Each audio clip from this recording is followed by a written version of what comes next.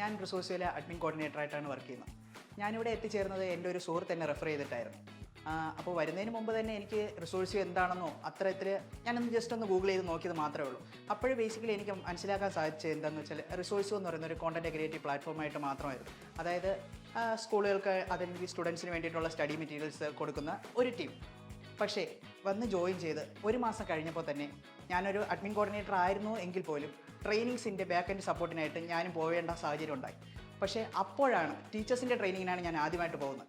ടീച്ചേഴ്സിൻ്റെ ട്രെയിനിങ്ങിൽ പോയപ്പോൾ തന്നെ എനിക്ക് മനസ്സിലാക്കാൻ സാധിച്ചു ഇവരുടെ അതായത് റിസോഴ്സ് ടീമിൻ്റെ ട്രെയിനിങ്ങിൻ്റെ ഇമ്പാക്റ്റ്, ടീച്ചേഴ്സിലുണ്ടാകുന്ന വിസിബിൾ ട്രാൻസ്ഫോർമേഷൻ, അത്തരം കാര്യങ്ങളിലൂടെ പോകുമ്പോഴത്തേക്കും നമ്മുടെ റിസോഴ്സിയുടെ ഒരു എൻഗേജ്മെൻറ്റ് ടീച്ചർമാരിൽ എത്രത്തോളം ഉണ്ടാക്കുന്നു എന്ന് മനസ്സിലാക്കാൻ സാധിച്ചു.